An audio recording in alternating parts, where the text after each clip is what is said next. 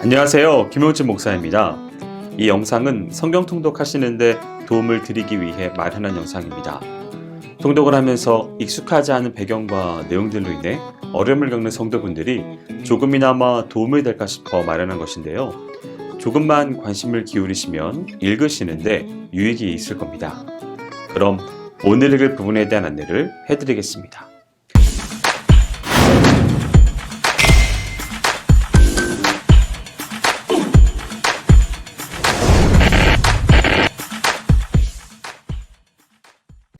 오늘 읽을 본문은 예레미야 51장에서 52장까지입니다.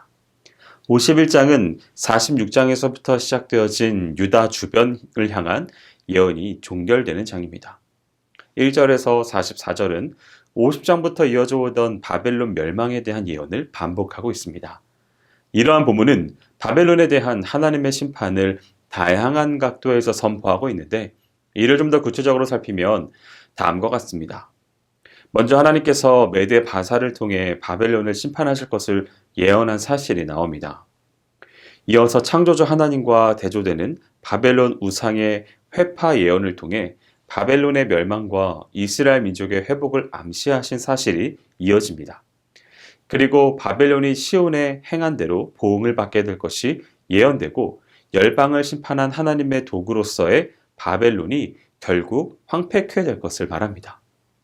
그리고 하나님께서 메대를 비롯하여 열방을 도구로 사용하여 바벨론을 심판하실 것을 반복적으로 예언하며, 하나님께서 바벨론에서 포로 생활하고 있었던 이스라엘 민족의 호소를 들으시고 바벨론을 반드시 심판하시겠다 하십니다.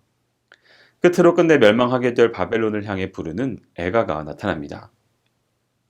이렇게 여러 차례에 걸쳐서 반복적으로 바벨론의 심판 예언을 드러내는 이유는 이스라엘 백성들에게 당시 대제국이었던 바벨론의 멸망의 필연성을 강조하여 하나님께 온 세상 모든 나라와 역사의 참된 주권자임을 깨닫게 하고, 범죄한 자는 누구를 막론하고 멸망할 수밖에 없음을 보여주어 그들로 하여금 자신들의 죄를 회개하며 하나님만을 온전히 의뢰함은 물론 포로 생활 가운데서도 좌절하지 않고 용기와 회복의 소망을 갖도록 하기 위함입니다. 45절에서 53절은 계속되는 바벨론 멸망 예언 가운데 일종의 삽입 내용으로 바벨론에서 포로 생활하는 이스라엘 백성들에게 준 권고를 언급하고 있습니다. 이러한 본문은 바벨론에서 포로 생활하고 있었던 이스라엘 백성들에게 바벨론이 이민족의 침입을 받아 멸망할 때에 속히 바벨론을 탈출하여 구원 얻을 것을 권고한 사실을 보여주는 부분과, 바벨론을 탈출하는 즉시 멸망할 바벨론의 미련을 두지 말고 예루살렘으로 귀환할 것을 촉구한 사실로 구성되어 있습니다. 54절에서 58절은 다시금 바벨론에 대한 멸망 예언을 반복하고 있습니다. 특별히 본 단락에서는 바벨론에 대한 하나님의 심판을 그들의 악행에 대한 보응이라는 차원에서 다루고 있습니다. 즉, 보복의 하나님께서 당신의 택한 백성을 괴롭히고 당신 앞에서 교만의 죄를 범한 바벨론을 친히 심판하심으로써 그들을 멸하신다는 것입니다. 하나님께서 비록 바벨론을 도구로 사용하여 유다를 심판하셨지만 바벨론이 유다보다 의로웠던 것은 아닙니다.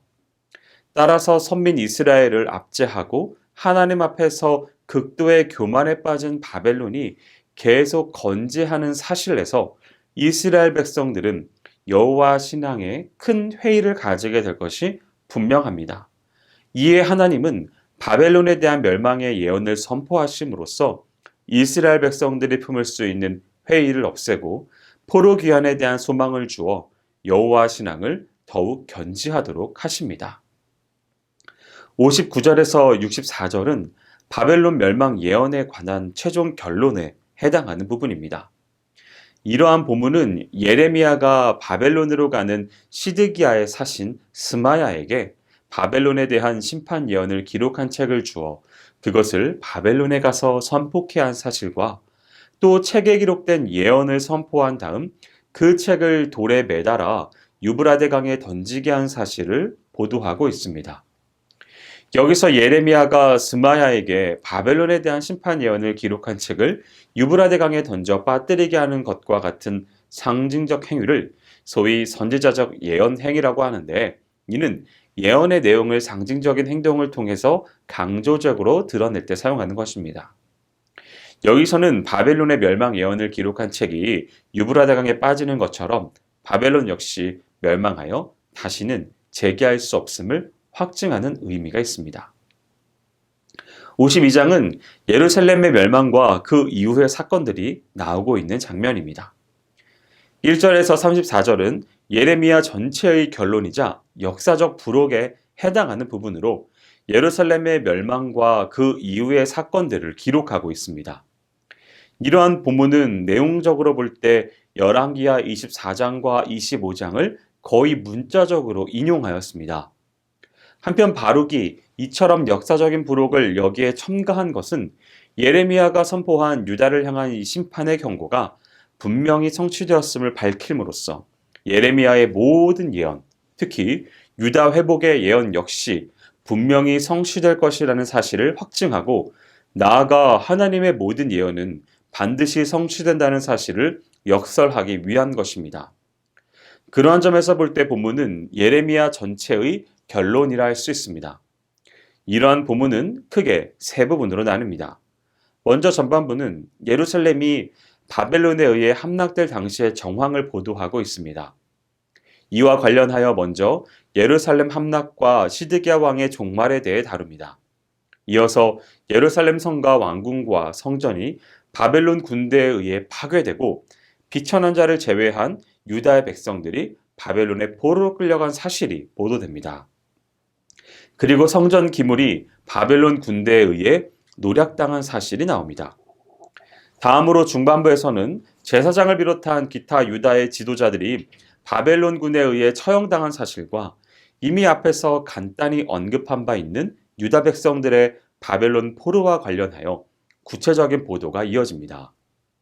끝으로 후반부에서는 바벨론 2차 침공 당시 포로로 끌려간 여호야킨 왕의 석방 사실을 언급함으로 본문을 마무리합니다.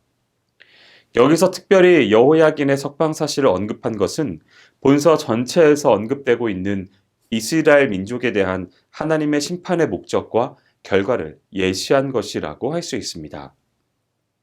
즉 여호야긴의 석방 사실을 언급함으로써 이스라엘 민족에 대한 하나님의 심판이 멸망을 위한 것이 아니라 구원과 회복을 전제한 것으로, 구원의 때가 이르면 이스라엘을 다시 회복시키실 것을 암시하고 있는 것입니다.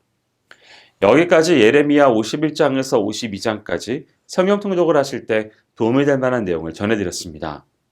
혹시 이 외에 질문 있으시거나 나누고 싶은 이야기가 있으시면 밴드나 댓글로 달아주시면 필요한 도움을 드리겠습니다. 그럼 내일 다시 만나도록 하겠습니다. 동독 화이팅 하세요!